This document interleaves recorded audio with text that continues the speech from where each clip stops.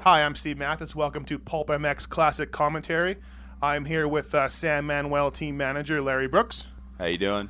Thanks, Larry, for doing this. And the race I have selected for you is a special one in your heart, probably. Houston, 1988. And we'll get to why it's special in a little bit. For right now, there's Larry Huffman, one of the greatest announcers, right? Larry Huffman was good. Now, a few years back, and I saw Larry not too many years back. And we talked about old times. He was a great announcer. Yeah. He did a good job. He was always, getting the fans all riled up, and everyone was excited, and he did a good job. Yeah, he did, and he came out for Anaheim, too, the retro race. And, that was it. And I thought he lost a little bit of his fastball, though. You know what I mean? Because he didn't know the guys. He didn't know the modern guys. Age, Yeah. And he's been away from it, and Right. with him being a little bit separated from the sport. I mean, God, we've got all these new kids, and Yeah. he knew the old schoolers, the Bob Hannas and the let's go way back, DeStefanos and those kind of guys, but it's different nowadays. And I didn't even realize he helped promote or helped round up riders for like Japan races and so he had he knew all you guys off the track. Exactly. You know what I mean? No, we had a relationship, Right. honestly. He wasn't just the announcer; he was in the pits and had relationships with the guys, friendships. When he told me about doing the Anaheim 2 race, he said he would have to charge Feld appropriately because he had to do hours and hours of research. I was like, really? And he goes, no, I have to. And He was one of those guys that really investigated, got the data of the guy, their background, who they were, their results over the X amount of years and things like that. So it was he does his homework, which is really good. I would prefer a announcer that knew, who was who. Right, yeah, exactly. So let's go to the race action here. Okay, so Houston, here we are, Houston 88, and hay bales everywhere, trash on the track. I mean, the look of the floor is completely different. I haven't seen people, this video in a long time, and people all over the floor. They keep it so policed now. It's like you can't even get out there without getting beat up. And there was really different promoters, different races, different promoters, different track builders for each weekend, right? It wasn't the same. It wasn't so unified as it is right now. with the same promoters. Over the 17 races and things like that. It was much different. Here's a look back to last week's race. There you are, 14 on a Kawasaki Thor gear. Yeah, this is Anaheim. This is the week before Larry's talking about, and this is sort of a look back. Look at there you are. Pretty good start, Larry. 5th place. I was always a good starter, just not a good finisher. Those bikes as wide as this table in front of us right now. Yeah, massively wide. The Kawasaki, was super wide, but it was probably one of the better 250s that year. It was a really good bike, and Wardy doing the little pump there, as always. But I love Mickey Diamond too, number 6. He had great style, and it was the whole Motley Crue thing he had going back then, and RJ was just a badass, though. I mean, the guy just killed it. I mean, I know. You look at it now, and he doesn't have that good a style. Well, no, but I was going to say something in the fact that if you look at him now, he looks more stylish than the other guys on the track. Yeah, but his bars are low. He's a tall guy, RJ was a big guy, and, yeah, he was. And to watch him ride, I mean, I don't know. I mean, there's Mickey Diamond and Lachine, and those guys were just fluid and had really good style. And RJ, he just got the job done. I mean, he just did really good. And like Lachine told me too back in the day, no one practiced Supercross either. None of you guys really it was like this is it. I mean, you just go up in the hills and you find some rhythm sections, and everything was natural, and then just about this time, maybe a little bit after, I think Brock built a Supercross track up at Daly's Ranch in San Diego, and Honda Land started coming around. Yeah. A couple manufacturers. When you start watching these DVDs front to back like I have, you really start seeing modern Supercross around 87, 88, more towards what you have now. Right. Before it was jumps on or mounds, you know what I mean? The guys would just roll over or single. You really start to see around 87, 88 rhythm sections, triples built the proper. Know what I mean? But I think they started getting practice tracks and started learning. Right. Okay, this is what I can do. Okay, well, there's 4 jumps. Well, I'm going to do them, triple single or you know, different rhythms and practice that. And before that, they were just in the hills riding, and you know, when they would come to a section with more than one jump, they were like, oh God, I don't know what to do. You know, I'll just do them one at a time. This isn't at Palm Avenue. We don't have this where I ride. Exactly. But and so we're gonna get to your heat race here, heat race number 2 of the night, and you're in this one. I believe you're in this one. Yeah, there you are. I think. 14, not your lowest number, but you would earn your lowest number from this year. That's right. You'd have your best year as a pro the following year I was 12. Got a decent start. I should have hole shotted, but you know how that works out. Well, yeah, you know. God, there's like 5 guys in the heat. You know what? Yeah, there you are. They're sneaking on the inside. Now, this triple here, you'll see coming up. It's the kind of the tipping point we were of the just race. kind of talking about that whole Supercross track thing. I rode at practice tracks, at practice Supercross tracks. So, I mean, maybe I had a little bit of an advantage. And actually, this year I was living at the Bailey's house up in Virginia. Oh, okay. And so I was riding David's Supercross track and working with Gary and, you know, doing some things like that. So I think that's Frizz. It is Frizz. Okay, Jeff Frizz. Leading a race, leading a heat race. He hole shotted everything. Did he? He hole shotted all the time. He was and you were a good starter, so if he's hole shotting you. Yeah, he's doing all right. Yeah. We have Ross Rollerball Peterson. He will be coming. He always came. He was a bad starter. Look at see Frizz doubled. You tripled. You tripled. Yeah. So I mean, I started doing that. I mean, I kind of remember this race not very well. I remember the crash. Really? Yeah. Okay. I remember one part here. All right. But you know, I remember coming out of that corner and just thinking, why aren't these guys tripling this? Right. thing? You know, it's not that. There's difficult. Rollerball 17. You know what's weird? And when I watch these races, nowadays was that Johnny O at the end? That was Johnny O. And here's my point: factory riders got beat a lot. They got beat. Yeah. And you don't see that now. Kevin Windham comes from last to 4th. Which is the last factory guy, or nowadays, or whatever. Right. They slice through the privateers now in 2010. Exactly. Back then, Johnny O got beat. Yeah. You know. You know what though? It was the racing was different. You know what I mean? Like the bikes were better. The factory bikes were better. Don't get me wrong, but you know it was just different. You know, the guys would fight you to Rollerball. The end. It was a lot different. Nowadays they pull over for guys. You know. Yeah.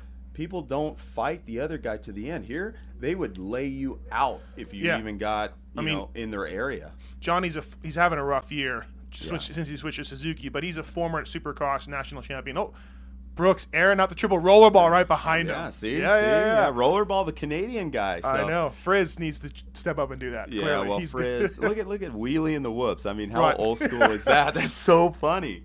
What if someone had told you... Rollerball was putting pressure, so now I got to go get Frizz. What if someone had told you, Larry, come around that turn, grab 4th, and skim across the top? Well, I mean, I'm doing it there, but that's when it just started coming in. Like Bailey... There you go into the lead. Bailey did it right before he was injured. Oh, Frizz, you need to jump that Frizz. Right. I guess Bale. Bale really started it, right? Yeah, but that came after. So Bailey and Johnson started doing it the year before. And, that just makes my... stomach hurt. What? Just looking What do you at mean? This jump right here. Okay. So anyway, so it just started. Everyone started thinking, okay, well, I can blitz, but they didn't know when to blitz or how to blitz or anything like that. Like the bike kind of just got there and then you just pinned it, So it wasn't like a setup or anything. Right. And I mean, it's just amazing. Johnny O's. Well, we'll see at the end. Johnny O comes on a little bit, but here comes a triple. Oh, Frizz, the rollerball jumps in. From the inside. Yeah. Wow, big. Look at your full chest protector and kidney belt. Yeah. Like, I was looped out. Oh. But that's, that was the thing. You was like, how many wheel taps? You know what I mean? You used to call them wheel tap. Like you'd go and you'd wheel tap 3, wheel tap 3. Right. And then it started going like, okay, wheel tap a couple, how far you can get across. And, the sport started, and we were just trying to figure it out and how to do these things. Larry. Yeah. Oh, Larry. That was bad. You remember that? I do. Yeah. I do. I remember driving my head into the ground and looking at my visor. Look at you. Like, you got up quick. Yeah. It was a gnarly crash. I want to say I had mud in my silencer, kind of the Villapoto deal. Yeah. And but I figured it out. I don't know.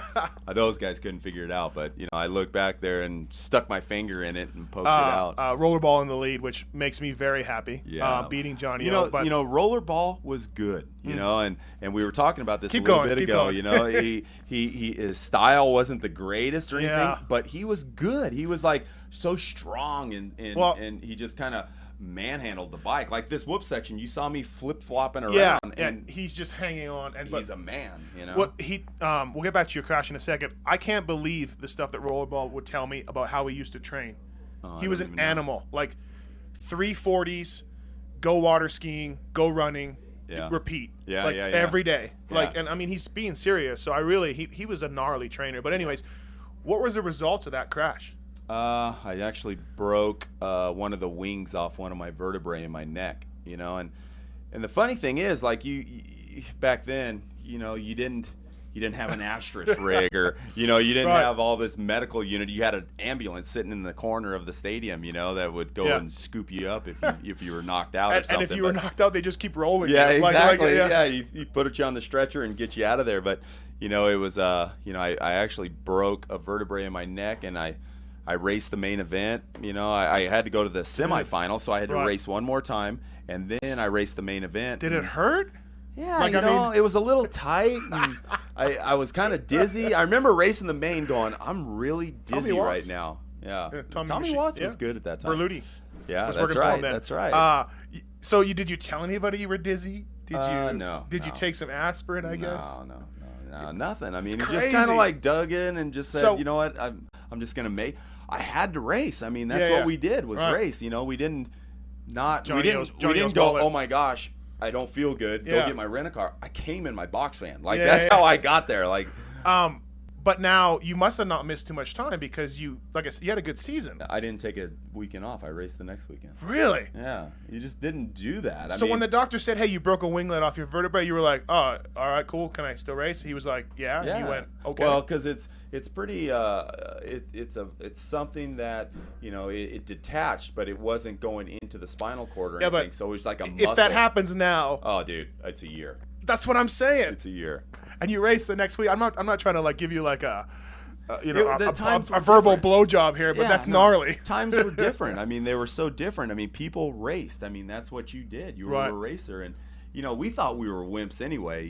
So we were always trying to be tough guys, but I guess you always tried to be tougher than the next guy, and it was crazy. Racing with a broken neck, dude. Who was that? Hicks. That's Hicks 20. Yeah. He just rode the front end and laid Mickey Diamond out. See, George Holland was bad. Watch his style. Look, he is bad dude. You know what's so weird about George Holland? He won the 125 title and disappeared. Then the next year he was winning the nationals again. Got hurt, shoulder, retired, quit.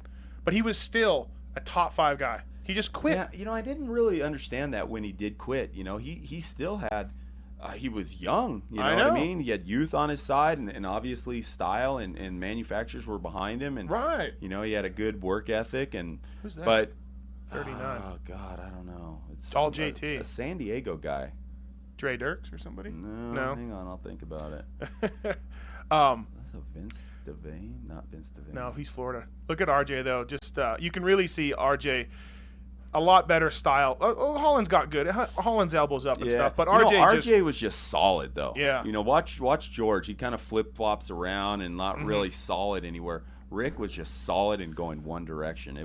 He was impressive. I mean, okay, here we go with blitzing the whoops. Right, yeah. You're totally right there. Yeah. That was, and that was, Rollerball was dropping into him more. Yeah, I was trying to wheel tap him, but Rick he knew what he was going to do. And him and Brock were the ones that built that Supercross track at the Dailies in San Diego, and I mean that's what they would do. When Glover was on Yamaha and RJ was on Honda, they still did it. Wow, try that now. Buds, hey, James and Chad got together and they built a track. But again, it was different. Like people were friends, and you hated each other on the track, and you would knock the guy down and do that, but then you would go and you would train together the next week, and that's just what you did. That's exactly what Lachine told me one time. It's just everything was left on the track. It really was. Yeah, you didn't really like me and Ronnie got into it one time, and there was some stuff that went down in town, and he came to the race. It was San Diego. He freaking just T-boned me so. And we were boys, we were friends. He probably hooked up with his chick or something. No, I didn't, but my friend somehow. It all comes down to chicks. And somehow I was in I was like, and you let it happen. I was innocent because I was with my wife now, but my girlfriend at the time, and somehow I got involved, and so he comes out and he just lays me out, and I'm like, dude, what'd you do that for? Payback, bitch. Score settled, right? Yeah. I'm good now. It's like frontier justice, and that's okay. I think that's good. So I mean, right here, and also too, another thing I heard from some of the older guys, a lot of people doing suspension didn't understand Supercross suspension. You know what I mean? No.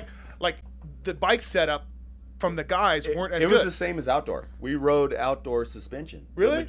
We did. Yeah. Like I don't want to say we because I had Supercross suspension, but the majority of the riders rode with the same stuff. Turn it in, clicker. It in. Yeah. We didn't even turn it in because we didn't know what clickers were. Clickers were just coming in. Perfect style for RJ, over jumping that triple. Well, I mean, he's just hammering. Was he at the height of his fame? This is when he was but was he a dick? Was he cool? Was he like? Yeah, you know what I mean? Like when he was the man. Rick got a little cocky, but dude, he was winning everything. How could you not be cocky? Now that I'm on this side and I've worked with Jeremy McGrath and James Stewart, big dogs like that. Dude, like Rick was pretty cool. When you when you think about look back now, I'm sure he had a lot of media chasing him. And I want you to notice too, RJ has pink gloves on, and then Rollerball had pink gloves on. Dude, you two try guys, to find something. They knew the two champions, USA Canadian champion, knew that pink gloves were the way to go. That was the ticket. But I always thought Holland was underrated. Getting back to the races, I always thought Holland was underrated because in '89, Bradshaw, Kordowski, you name it. In '89, he was leading the series until he hurt his shoulder. He was defending champion, and he was beating Kordowski, beating Bradshaw, beating Chicken. You know what I mean? Yeah. So, but he was real quiet. He was almost invisible. He did. Look at that cross up, dude. That's right? Embarrassing. No, but that was cool then. You could listen to the audio. Larry Huffman's freaking out. You do the big thumbs up, and dude, people would laugh at you. I know. You couldn't get away with it. But George, I mean, he was always just a racer. There was no flash to him. There was no anything. He had great style and all that. But look at blitzing the whoops. You're right. That's gnarly, dude. Because when you look at the other dudes, exactly. You look at really right. If you have comparison, you compare him with Rick against Rollerball. It's just different. It's completely different. I like too how RJ gets to wear Fox and Holland is like, no, you have to wear Honda Line. You wear Honda Line, George. Well, and he's like, okay. Yeah. Well, you were happy to be on Factory Honda that you didn't really, I'm sure he was paid well. Well, yeah. Honda line paid well. One thing I noticed about you, bad boy, is you still ran the open face. Oh, yeah. Still running proud. Yeah. Proud. I think, did Holland have an open face? No, Holland had a bell. Yeah. This is a scary thing. Me and Wardy were like the last guys to switch to a full face helmet. And I think Jeff, I even held that a little bit longer. Really? Yeah. I just couldn't do it. It freaked me out. That whole face mask thing. That's old school, man. I mean, I remember seeing some photos of Johnny O riding a national with just goggles. Oh yeah, just goggles. You want to talk about gnarly? Yeah, we would start with the. Couple times I would even do it with the Scott face mask that I would kind of fit it on there just loose enough that I'd get to a certain point in the race and be able to rip it off. Really? That it would mentally it would help me breathe. You would rip off the plastic or the guard. Jofa. Yeah, or the Jofa. Yeah. You unsnapped it. Yeah, and we would race with nothing on our faces. And that's just insane. Another thing too, when you listen to the audio. RJ's like he's a total showman. Like he's going back with the announcers. You know what I mean? Like the other guys are kind of all quiet, Wardy. No wonder why he was so. He took it to another level. He really did. He was the Jeremy McGrath of that time. Yeah. Rick Johnson was bringing it up to a level of the sport had never been to. Yeah. There was Bob Hanna before that, and then there was RJ but he was if you watch Bob Hanna too, he was that type of showman. Him and Larry Myers would joke together, and RJ would do the same thing, and and then we had Jeremy McGrath, which just had that charisma. he would kind of carry a conversation. You were right about 4 heats. I thought there was only 2, but I guess back then they had a lot of entries. It was 4 heats, and then they would combine those guys that didn't qualify, and they would combine those into 2 semis. So one and 2 heats would go into number 1 first semi. Yeah, okay, I got it. And so we got Wardy and Lachine. Yeah. Doesn't triple. Yeah. Wardy pulls away. It was like one of those things every week you were like, or every lap you're like, okay, am I perfect or not? Like nowadays the guys could stop at the base and make a triple. Yeah. But there, and we could too. We just didn't know it. we had no idea what the capabilities of the motorcycle were on these tracks. Right. And like these 88 Kawasaki 250s were really good bikes. They were good, huh? Super good. One thing about the old Lachine he never sat down. No, he was awesome. He stood up. There's if corners. You knew what he did all week long and stood up all race long, you would just go, there's no way. He told me one time it was a lot of work to stand up and sit down, so he just figured he'd stand.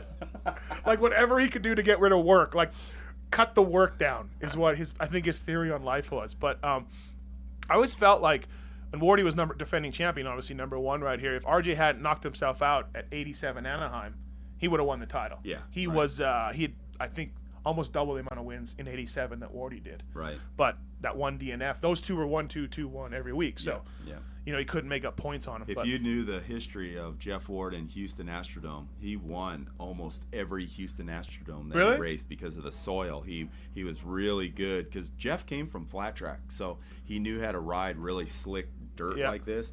And Mike Fisher, current Team Cowie manager. And riding a Cowie. Yeah, and O'Neill gear. And so he won just about every time that they raced at Houston Astrodome. I always this helmet is in Prim Museum, a really nice helmet. It's got real cool pink and blue and Is this green the one where he had the showy visor on it, the really weird-looking visor? Yeah, it was kind of a homemade deal. It was kind of like a Troy Lee visor. Oh, was it almost. a Troy one? Yeah, Okay, but it was. Yeah. Look at Leask. Leask was pretty good too. And Leask, when he came over from Australia, he was like the Chad Reed of then, you know, and he was good. I mean, he was Mr. Motocross champion over there. Look at Wardy blitzing the whoops. Yeah, he's good too. And he had good style. Like these guys rode the Cowie track every day. Cowie track was in the same place that it is now. It is really? Yeah, I didn't know right that. on the side of the freeway there. And do you think they had a Supercross track by then? Cowie, who was they the did. first one? Cowie was the first one? No. Yamaha. No. Honda was. Honda had it first. Honda Land. Honda Land, yeah, that's right. Yeah, up in Simi Valley. I loved the Bad Bones gear on Lachine here, but I don't think I want to see Ronnie go through these whoops. I don't think he would be blitzing them because he always jumped. He wheel tapped them. Yeah, way too much work to blitz. Well, what was funny too is talking to Wardy. He told me there were some weekends that Ronnie was on, and that was it. No, you didn't. Not going to beat him. No. Not going to beat him. Doesn't matter what he did during the week, or he didn't work extra hard during the week. It just he was on, and that was it. And Rick and him knew. Yep. Ronnie's going to win this weekend. And you just took second. Yeah. You were good with it. Because you knew he wasn't going to be in the championship hunt. He's not Exactly. going to be there. But it's just hilarious to hear Ward say it that way. Yeah. He straight up told me that. Yeah. But did you ever? Now you're top Cowie privateer. Are you riding with these guys, talking to these guys about their bikes, is there that kind of help, or is there that? Yeah, not really. You know, not like it would be now. No. You know, like Nick Way, I see videos of him riding with the. You know, it wasn't like that. You know, Ronnie didn't ride. Yeah. You know, Jeff rode, but they were always testing. You know, super secret stuff. So, your choice to ride a Cowie, you were on Honda's the year before. How did that boil down for you to ride a Cowie? I was riding for Pro Circuit, you know, that Mitch this was Mitch's first deal with Cowie, you know. Okay, He got me a deal with Cowie. Him and Roy Turner worked out a deal that I would ride Cowie. Oh, so you were like Team Pro Circuit? Yeah. Like bikes, parts? Everything came from Mitch. Oh, I didn't know that. Yeah. Oh. Yeah. So basically, it was Pro Circuit put you towards the Cowies. Because exactly. the next year you're back on Hondas. 89, you rode Hondas again. Yeah, you know, I just thought the Hondas were a better bike, so I wanted to go ride those. Nobody could see Larry just shake his head as if I don't really know what I was doing. What an idiot. I'm just thinking back now, you know, and you know, thinking about the whole Pro Circuit thing, like I was like the Pro Circuit, right? And Mitch hates me now. Like we don't even talk really, Really? you know? Yeah, I don't know. It's kind of weird, you know, But yet back then, I mean, he was your guy. You were his guy. You guys were bros. He was like my dad. I mean, I would call him up. I'd be at the shop all the time, and you know, now I try to talk to him, and he won't even talk to me. So I don't know. It just something I did Yeah. along the road. It was when I started being a team manager. Somehow Something happened. pissed him off. Maybe you stood on the track and waved. No, because he's 125 guy. So Yeah, but you know, I used to stand on the first turn and just like you're signaling a 747 in. it was KTM days, so it had Oh, to do yeah, something. yeah. You know, Who knows? everyone thinks I'm like this cheater, you know, and so they because I'm trying to get advantages. Yes, but you are. It's not that I'm cheating. I'm just You're just doing everything I can for my guy to win. Hey, yeah. There's a lot of team managers that I think need to be more like you. Again, not with the whole kissing ass thing because you're doing this video for me, but yeah, more team managers could do that. Look at that no legger. That Vorty was bad, dude. You know, he had that short guy style and all that. Look at they got the 125 guys on the line. Jeff Glass, I saw him. Yeah. I saw Chicken. And so Jeff Ward wins the heat, RJ wins his heat, and we're set up for a very exciting main event, which we're going to get to right here. We're on the line here for the main event. You've made it through the semi, LB. A little technical problem there. Yeah, I had to ride the semi to get there. And, broken neck. Yeah, broken neck, and now Look I'm at in the that main whole shot. event. No idea where I'm at, you know, but Yeah. now I want to watch the race here. Wardy was there you are. leading. There you Yeah, are. oh yeah, pile up in the first turn. Sean Kalos? Kalos, yeah. Leask, Manley. No, that's Ray Somo. Oh, Hicks. Jeff Hicks, yeah. Privateers are down everywhere. Oh yeah. we take a couple factory guys with us, but Wardy in the lead. And what did you say about Houston? Yeah, Right? Wardy wins. I think well, I'm not going to spoil it for anybody, but I'm not sure. Look at Yeah, where's RJ was a Okay. bad dude. He'll be coming. Dude. He'll be coming. But man, watch Mickey Diamond. Like, what was Diamond's deal? Like, was it just off-track stuff? It really was. I mean, because he looked good on a bike, and he had so much talent and so much, just the way that he rode. I mean, he could have been one of the next guys, and you know, I just don't think everything worked out. You know, or he did the right things at the right time. And I did a podcast with him, and he basically on the show apologized to McCarty and the Yamaha guys for this year. Yeah, because he just said, for whatever reason, when he got on Yamaha, they didn't get the Mickey Diamond of the Honda days. Well, that's when he started hanging out with Motley Crue. Yeah. He thought Tommy Lee was really cool, and Tommy Lee. Rock star life and motocross life aren't even close. Yeah. You know, and Look at Diamond sticking on the inside of Holland. I like how the producers are giving us a tight shot of Jeff Ward and nothing else. I mean, you know how it right. goes. You know, these So guys. RJ, is he in second? No, Holland, Fourth. Hyman, RJ's in fourth coming. dude, Jeff Stanton. Yeah. Not yeah. a Supercross specialist at this time. No, and wasn't until the next year when he stayed at Rick's house. Yeah, isn't that crazy? Because he went from 7ths and 8ths on a Yamaha to winning on a Honda. Okay, so I lived in El Cajon at the time, Uh-huh. and here's Jeff Stanton comes and stays at Rick's house, and Rick's got, you know, a certain haircut and a certain look and blah blah. Life's a beach. Yeah, Ronnie Dogger down. And all of a sudden, here's, you know, they're driving around town in the same truck. I mean, Jeff's just sitting there. It's like, if Rick wiped his ass with his left hand, Jeff was wiping his ass with his left hand. Yeah. So he had the flat top haircut, you know, butch. Really? Did everything. If Rick did Yeah, that, he did that because Rick was the man. Right. Whatever he had to do to.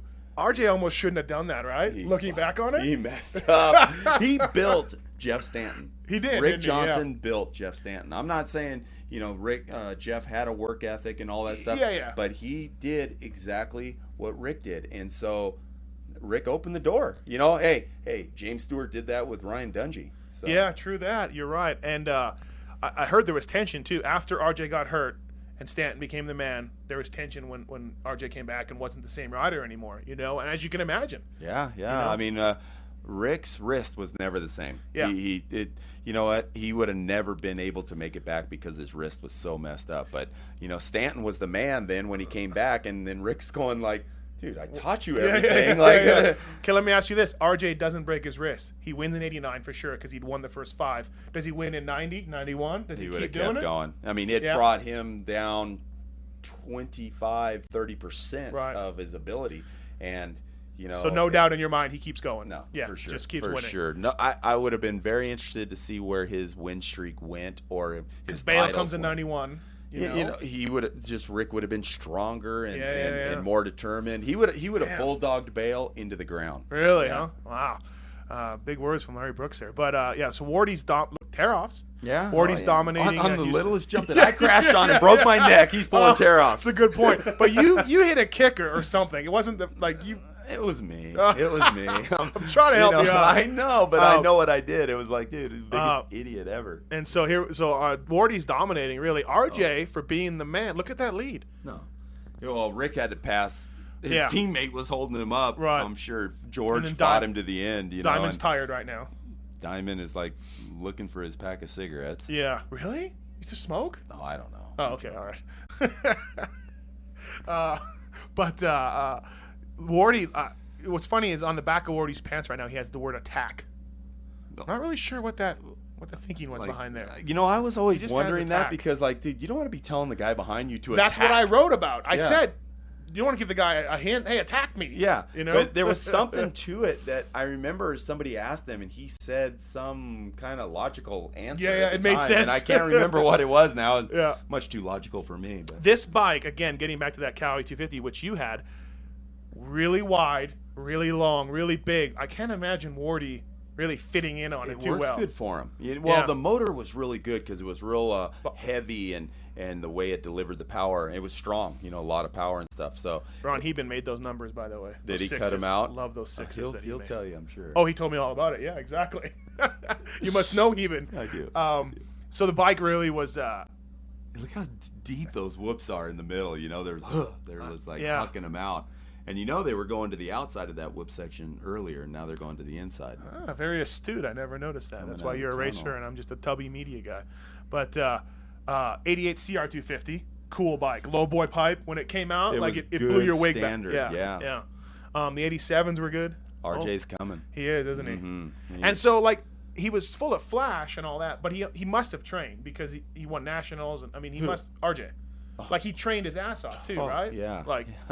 He was the start of this training. Well, you know what? A lot of guys trained. Jeff Ward trained hard, but Rick took it to another level. He would run triathlons in a day. Really? Yeah. RJ? He was crazy, man. I would see him running around town, and he had a water bottle, like a little kidney belt thing with a water bottle, because he would be out there for hours. It was just rollerball. Yeah. Getting lapped. That's Ross, what are you doing? You got to double that, Ross.